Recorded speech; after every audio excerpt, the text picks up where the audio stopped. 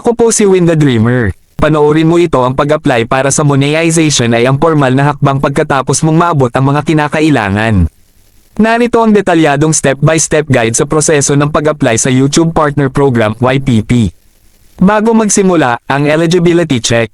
Tiyakin muna na naabot mo na ang dalawa pangunahing kinakailangan ng YouTube. 1,000 subscribers, kailangan mo ng hindi bababa sa 1,000 valid subscribers.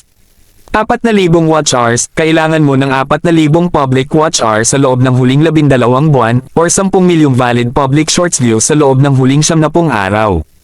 Kung naabot mo na ang mga ito, handa ka na sa proseso ng aplikasyon. Step 1, pumunta sa YouTube Studio. 1. Mag-sign in, mag-login sa iyong YouTube account. 2. Pumunta sa studio, sa itaas na kanang bahagi ng screen, i-click ang iyong profile picture, at piliin ang YouTube Studio. 3. Hanapin ang monetization tab, sa kaliwang menu, i-click ang tab na may icon na dolyar, o ang label na, earn, dating, monetization. Step 2, suriin ang YPP requirements. Sa loob ng earn tab, makikita mo ang iyong progress sa subscribers at watch hours. Kapag ang mga kinakailangan ay nakacheck na kulay berde, bluish green, lalabas ang button na Apply Now o Start sa Step 1, Review Base Terms. Step 3, sundin ang 3 hakbang ng aplikasyon. Kapag nag-click ka ng Apply Now, hihingan ka ng YouTube na kumumplito ng tatlo mahalagang hakbang.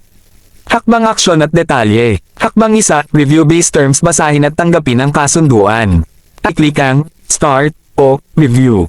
Asterisk, basahin ng mabuti ang mga tuntunin at kondisyon ng YouTube Partner Program YPP. Asterisk, i-scroll pababa at i-check ang box, at i-click ang Accept o Agree.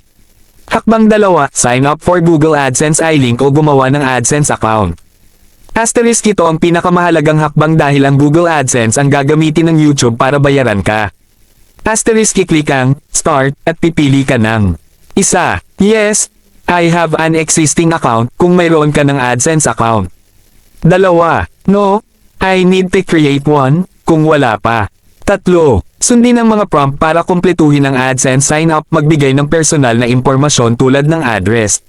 Hakbang 3, get reviewed, automatikong maghihintay ng review. Asterisk, kapag nakumpleto na ang hakbang 1 at 2, ang hakbang 3 ay magiging in progress o pending automatically. Asterisk, dito sisimulan ng YouTube ang kanilang channel review. Step 4, ang channel review. Sa hakbang na ito, manual na susuriin ng mga reviewer ng YouTube ang iyong channel, kadalasang tumatagal ng ilang araw hanggang 1 buwan o higit pa. Sisiguraduhin nila na ang iyong buong channel, lalo na ang iyong pinakapinapanood na video, metadata, at nilalaman, ay sumusunod sa YouTube monetization policies, lalo na ang originality at copyright. Huwag mag-upload ng mga video na may copyright habang naghihintay ka ng review. Step 5, pag-aproba, approval, at pagsisimula ng pagkakakitaan. Kapag naaprubahan ka, makakatanggap ka ng email notification mula sa YouTube na, Welcome to the YouTube Partner Program.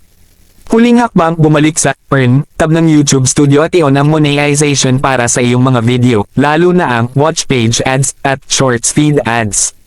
Tandaan, ng AdSense ay magsisimula lamang magbayad kapag umabot na sa $100 United States dollars ang iyong kinita.